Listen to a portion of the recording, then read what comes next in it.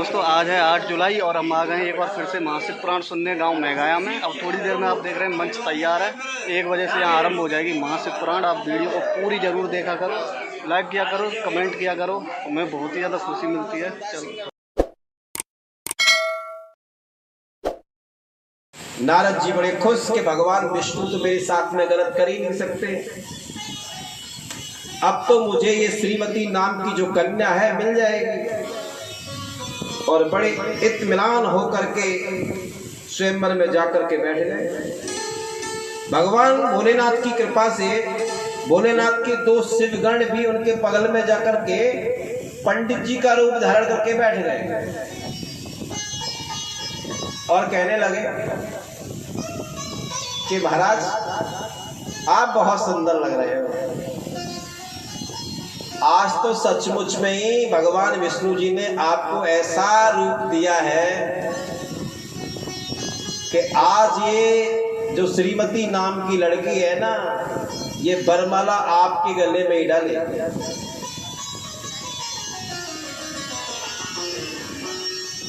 दूसरे पंडित जी बोले कि कहाते डालेगी बंदर सो तो मोए।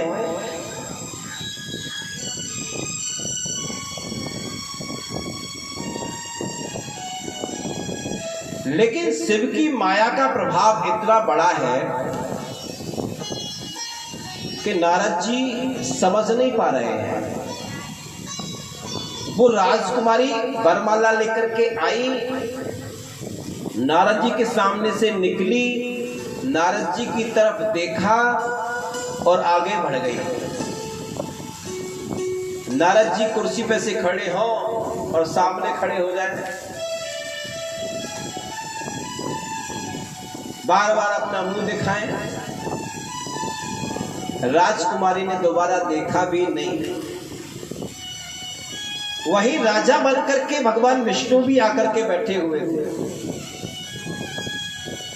और उस राजकुमारी ने उस राजपुरुष के गले में अर्थात भगवान विष्णु के गले में माला डाल दी।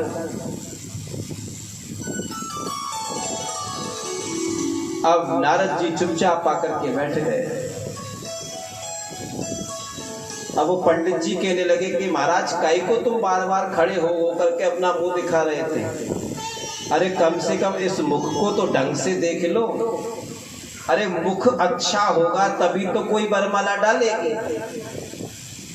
अब नारद मुनि ने जाकर के जैसे ही जल में अपना मुख देखा तो बंदर का मुख।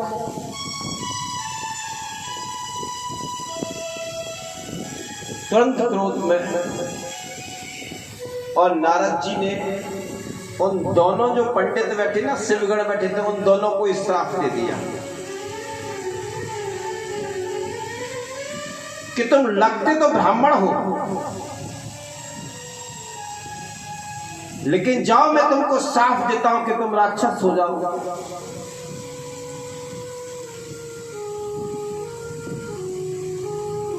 अब उनको श्राप दे दिया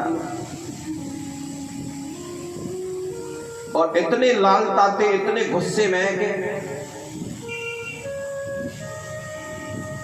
भोलेनाथ ने भगवान विष्णु को ऐसा स्वतंत्र क्या किया कि ये तो अब अपनी मन की करता है, ना किसी संत को देखता है, ना किसी भक्त को देखता है। जो जिसके मन में आता है वही करता है।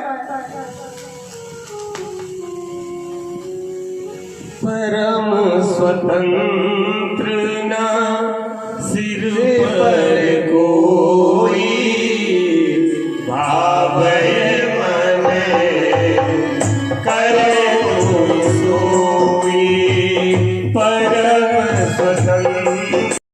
आज इसको मैं ही देखूंगा। नारद जी के मुख से निकल गया, मैं ही देखूंगा। अब गए और भगवान विष्णु को भी श्राप दे डाला।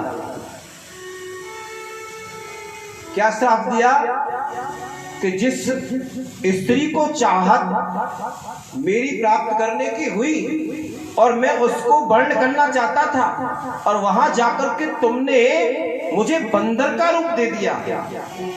आज मैं उसके विरह में पागल हो रहा हूं।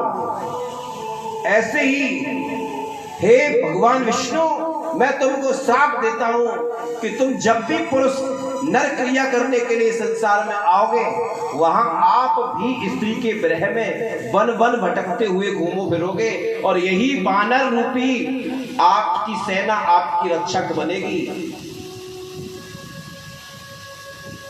भगवान शिव की कृपा से भगवान विष्णु ने ये श्राप भी सहर्ष स्वीकार कर लिया,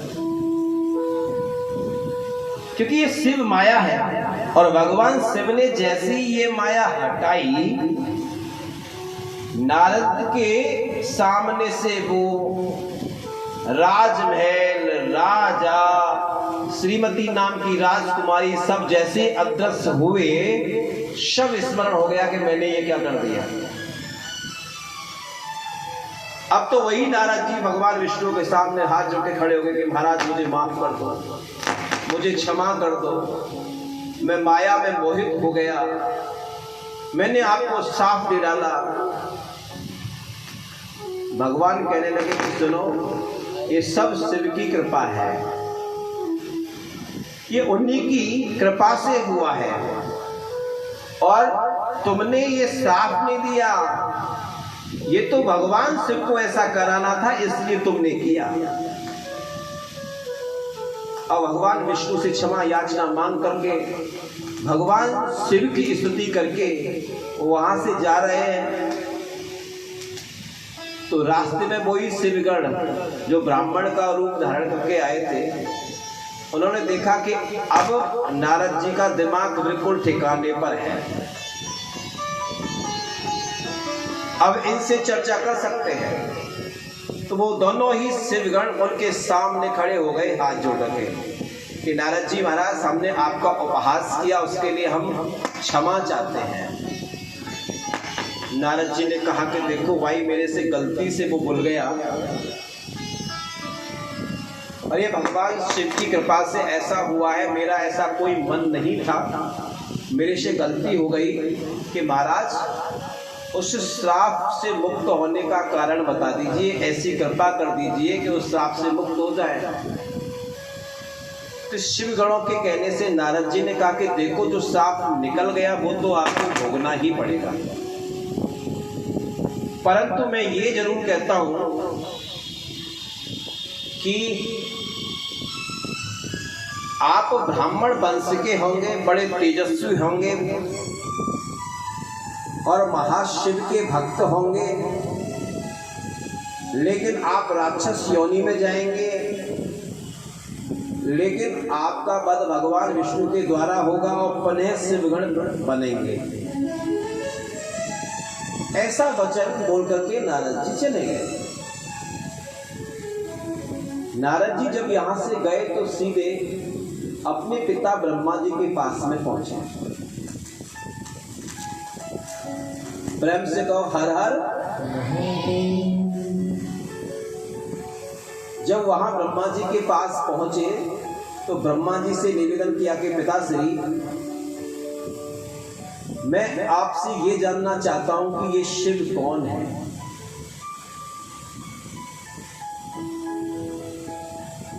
शिव की सार्थकता क्या है, इनकी पूजा अर्चना कैसे की जाती है, इनका सानिध्य कैसे प्राप्त होगा। तो ब्रह्मा जी ने कहा कि आपने उत्तम कोटि का प्रश्न किया है, आप सुनना चाहते हैं तो सुनो।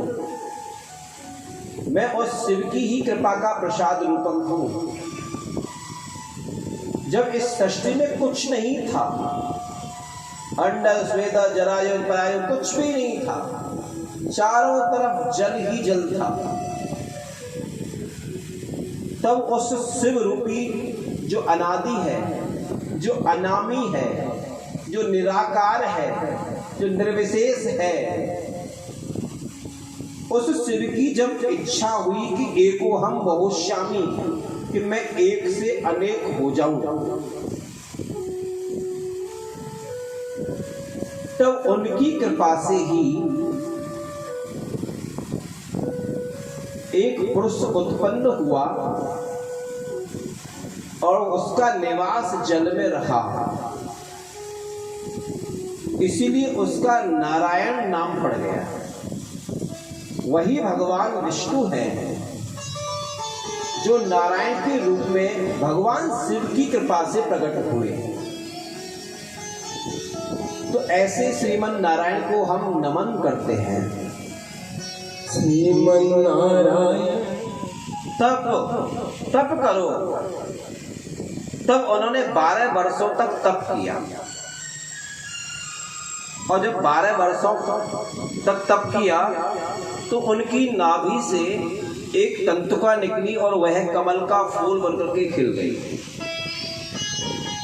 और उस कमल के फूल पर मैं उत्पन्न हुआ। ब्रह्मा जी कह रहे हैं कि वहां पर ब्रह्मा जी उत्पन्न हुए, मैं उत्पन्न हुआ।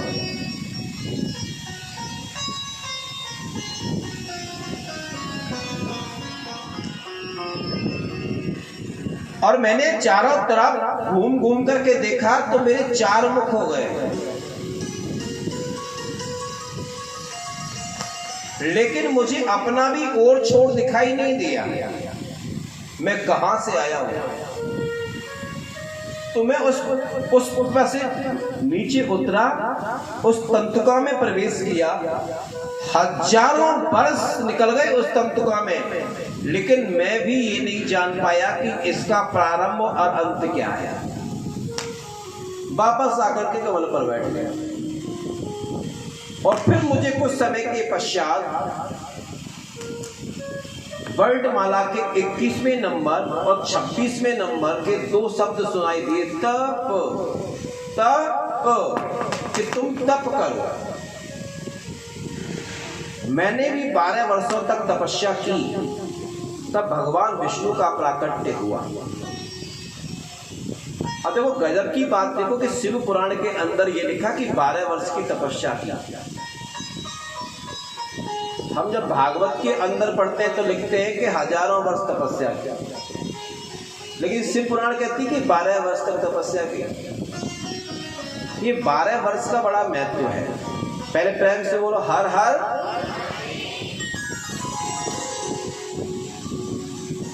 आप इस चीज को निजी अनुभव में लाना। मैंने इस पर बहुत काम किया है, इसलिए उसका मैं उल्लेख कर रहा हूं। जब आप किसी भी वस्तु का ज्ञान करने के लिए जाते हैं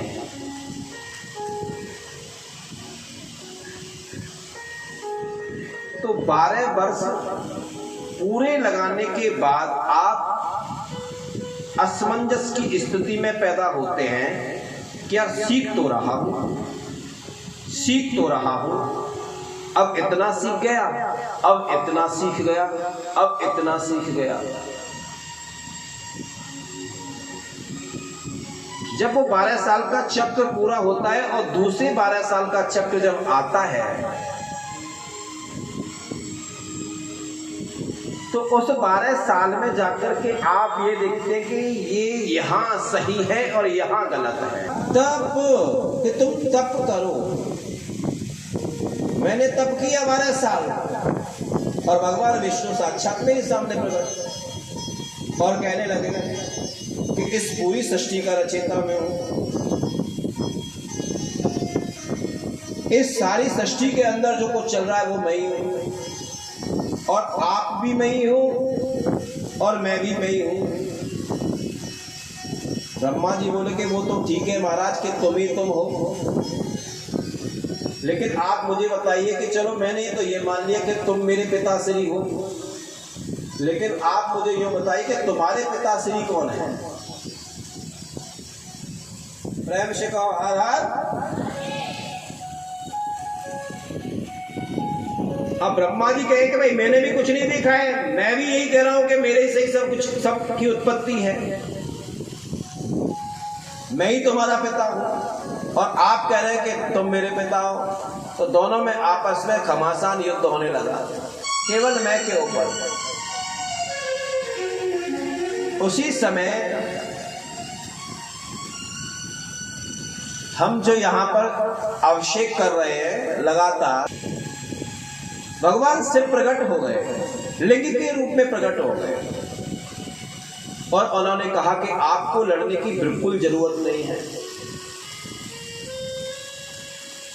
क्योंकि मेरे को ही जब ये इच्छा हुई कि एको हम बहुश्यामी, कि मैं एक से अनेक हो जाऊं, तभी हे नारायण तुम उत्पन्न हुए हो। तुमने कितने टाइम मेरा तप किया है, कितना बार मेरा तप किया है, तब भी आप मेरे को नहीं जान पाए। ऐसे ही ब्रह्मा जी आपने भी तपस्या की है, तप किया है, तब भी नहीं जान पाए। लेकिन जब तुम दोनों का विवाद मैंने देखा तो मुझे आना पड़ा, इसलिए तुम दोनों लड़ो मत, तुम सब मेरे से ही प्रकट हुए। बोलो देवादिदेव महादेव की।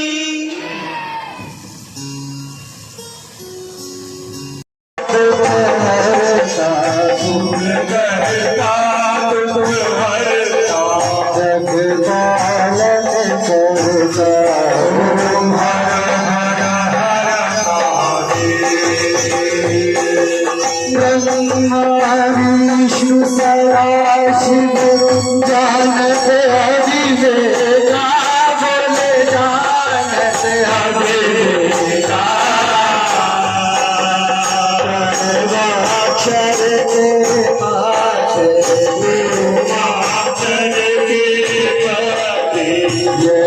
फाइनली हमने प्रसाद ले लिया और टाइम हो गया है शाम के 4:30 बजे। और आज बहुत ही अच्छी अच्छी कथाएं हमें सुनने को मिली।